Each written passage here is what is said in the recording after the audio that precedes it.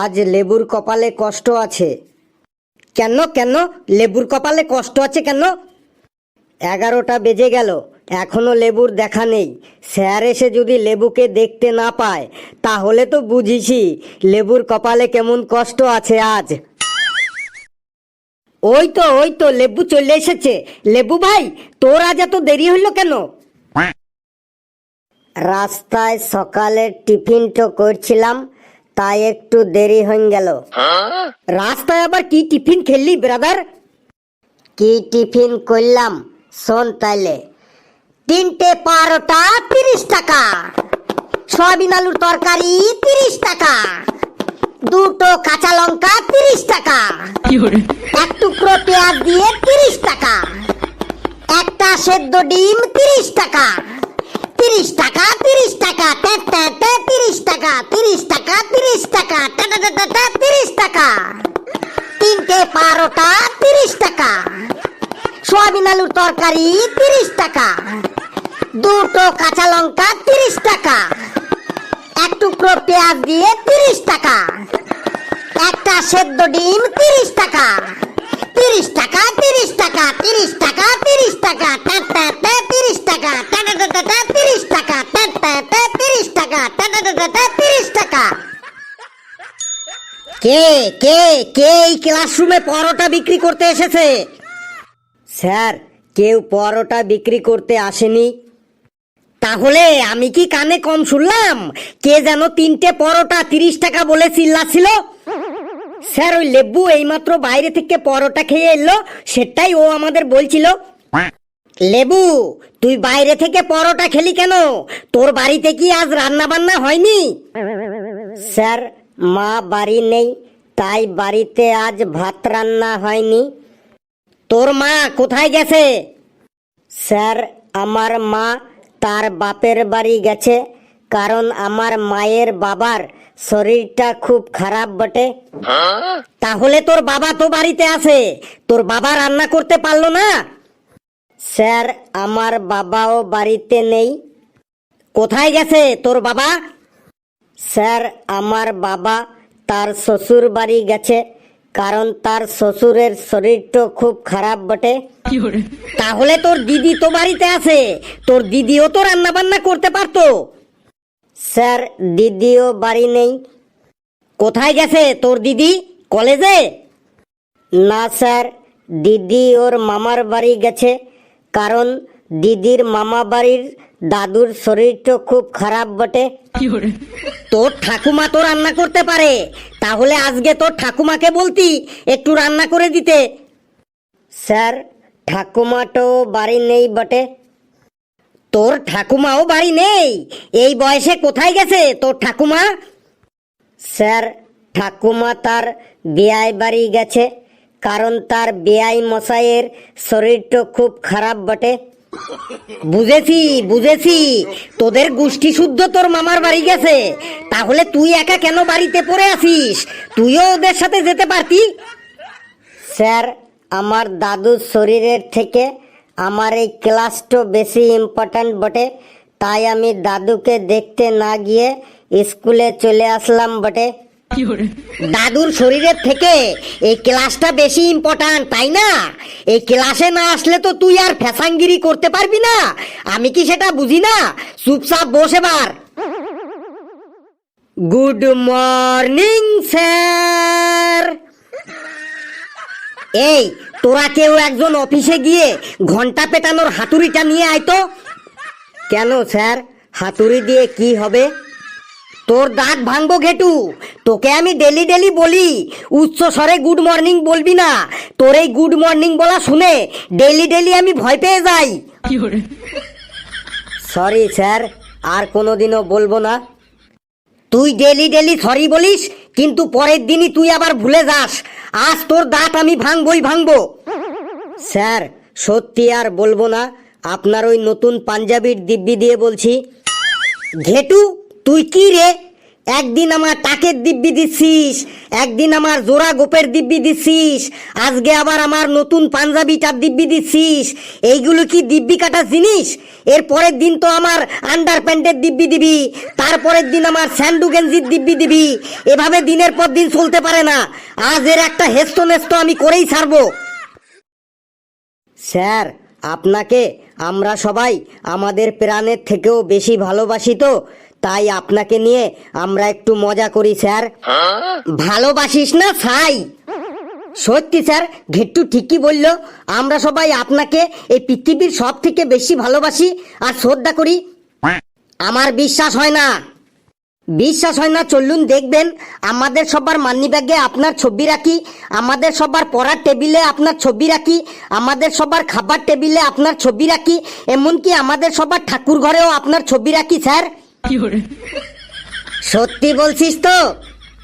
সত্যি মানে এই আমি ঘেট্টুর গা ছুঁয়ে বলছি, সত্যি সত্যি সত্যি।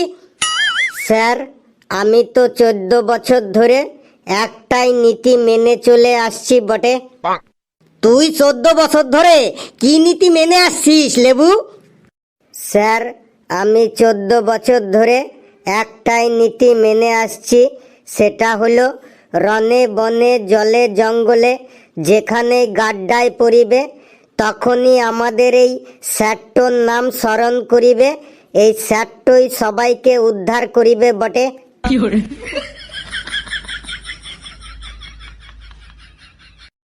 স্যার, আমি তো আপনাকে এই কলিযুগের অবতার ভাবি। উপরওয়ালা আপনাকে এই কলিযুগের অবতার হিসাবে পাঠিয়েছেন আমাদের শিক্ষা দেবার জন্য।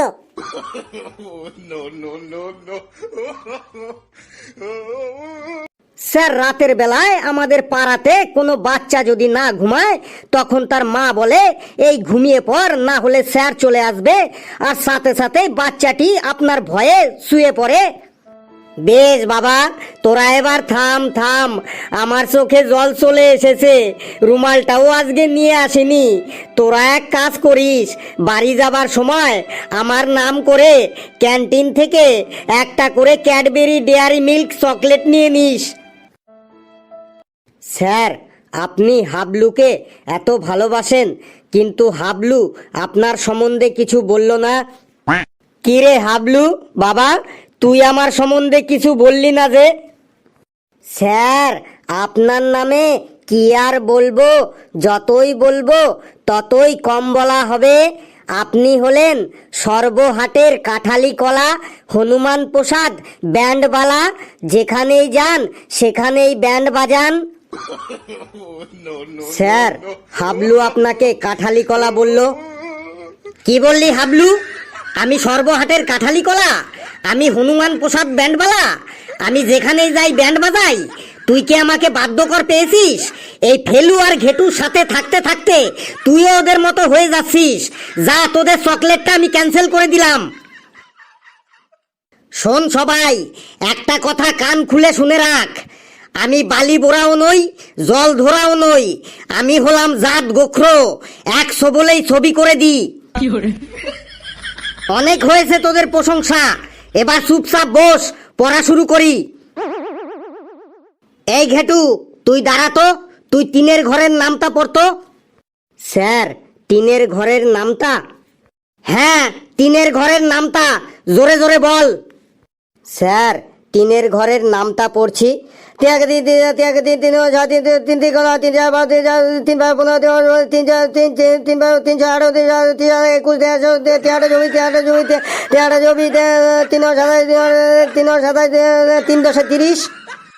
এটা তুই কি পড়লি রে? তোর মুখের মধ্যে কি চুইংগাম ভরা আছে? যা, মুখ থেকে চুইংগামটা ফেলে আয়, তারপরে পড়। না স্যার, আমার মুখে চুইংগাম নেই। তাহলে নিশ্চয় তোর মুখে সুপুরি ভরা আছে। না স্যার, সুপুরিও নেই। তাহলে তোর উচ্চারণ ওইভাবে এলিয়ে যাচ্ছে কেন? এবার পাশের ঘরের নামটা পড় তাহলে। স্যার, পাশের ঘরের নামটা পড়ছি স্যার।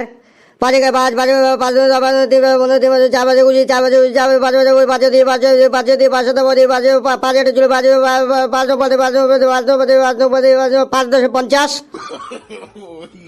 এই তুই থাম থাম, না হলে তোর সামনের দাঁতগুলো এবার খুলে পড়ে যাবে।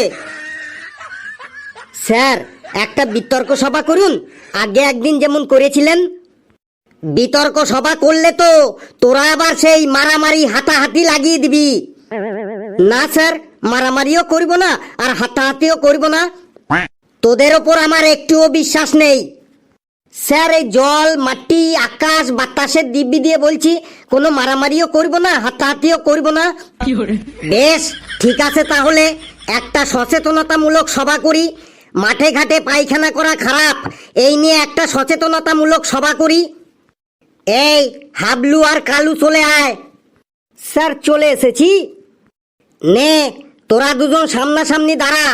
মনে কর এই হাবলু মাঠে পায়খানা করতে বসেছে, আর কালু তুই সেটা দেখে ফেলেছিস। এবার কালু, তুই হাবলুকে সচেতন করবি যে হাবলু যাতে আর কোনোদিনও মাঠে ঘাটে পায়খানা না করে। নে, স্টার্ট কর। হাবলু বাবু, আপনি মাঠে পায়খানা করছেন কেন? মাঠে পায়খানা করব না তো কোথায় করব? না না হাবলু বাবু, মাঠে ঘাটে পায়খানা করা একদমই ঠিক নয়, জানেন তো হাবলু বাবু। এরপর থেকে আপনি বাড়িতে পায়খানা করবেন। কেন? মাঠে পায়খানা করলে কি হবে? মাঠে পায়খানা করার সময় আপনাকে যদি কেউ ল্যাংটো অবস্থায় দেখতে পায়, তাহলে আপনার লজ্জা করবে না বলুন? সে আমার লজ্জা করে করুক, সেটা আমি বুঝে নেব। আপনি এখন এখান থেকে যান আর আমাকে শান্তি মতো পায়খানা করতে দিন। আহা, রেগে যাচ্ছেন কেন হাবলু বাবু?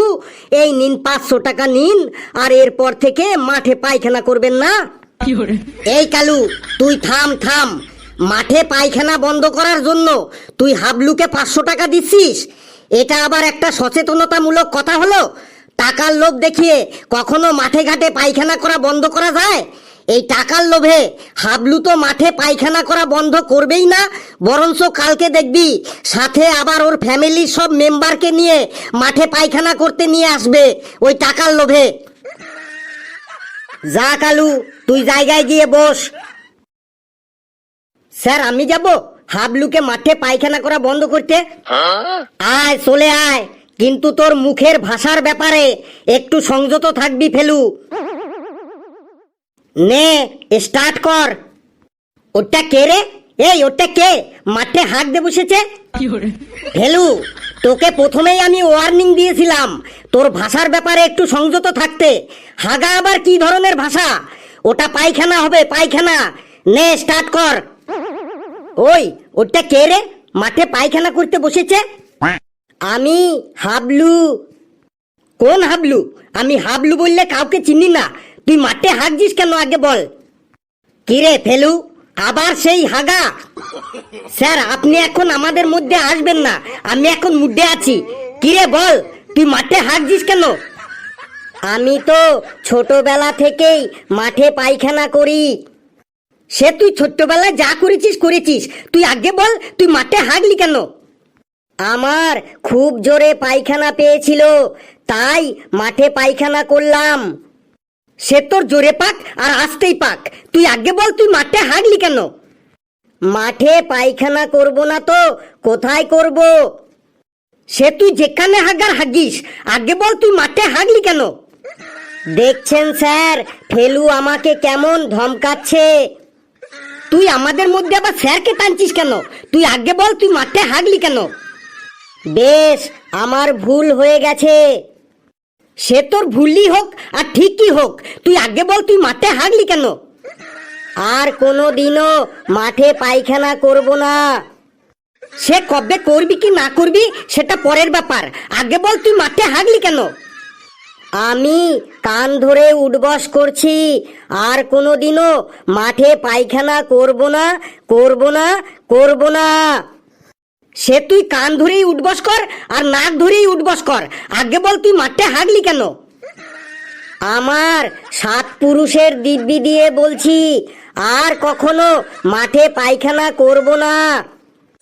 সে তুই তোর 7 পুরুষের দিব্যি দিস আর 14 পুরুষের দিব্যি দিস না কেন, আগে বল তুই মাঠে হাগলি কেন? এবার কিন্তু আমি কেঁদে ফেলবো। সে তুই কেঁদে ফেলবি নাকি হেসে ফেলবি সেটা তোর ব্যাপার, আগে বল তুই মাঠে হাগলি কেন? বুঝেছি বুঝেছি, পরিবেশটা উত্তপ্ত হয়ে যাচ্ছে, কিছু একটা অঘটন হবার আগেই আমি কেটে পড়ি। কিরে চুপ করে আছিস যে, আগে বল মাঠে হাঁটলি কেন? এবার তুই থাম থাম, ওই দেখ স্যার চলে গেছে। স্যার চলে যাবে নাকি স্যার আসবে সেটা স্যারের ব্যাপার, আগে বল তুই মাঠে হাঁটলি কেন? নে তুই চেঁচিয়ে যা, আমি জায়গায় গিয়ে বসলাম। যা, আজকের মতো তোকে ছেড়ে দিলাম। বন্ধুরা ভিডিওটি কেমন লাগলো আপনারা কমেন্টসে জানাবেন, আর ভিডিওটি লাইক করবেন, যত পারেন শেয়ার করবেন, আর চ্যানেলটিকে সাবস্ক্রাইব করে আমাদের সাথেই থাকবেন। হাসতে থাকুন, সুস্থ থাকুন, যত বেশি হাসবেন তত বেশি সুস্থ থাকবেন। কিন্তু হাবলুকে আজ বলতেই হবে, ও মাঠে হাঁটলো কেন?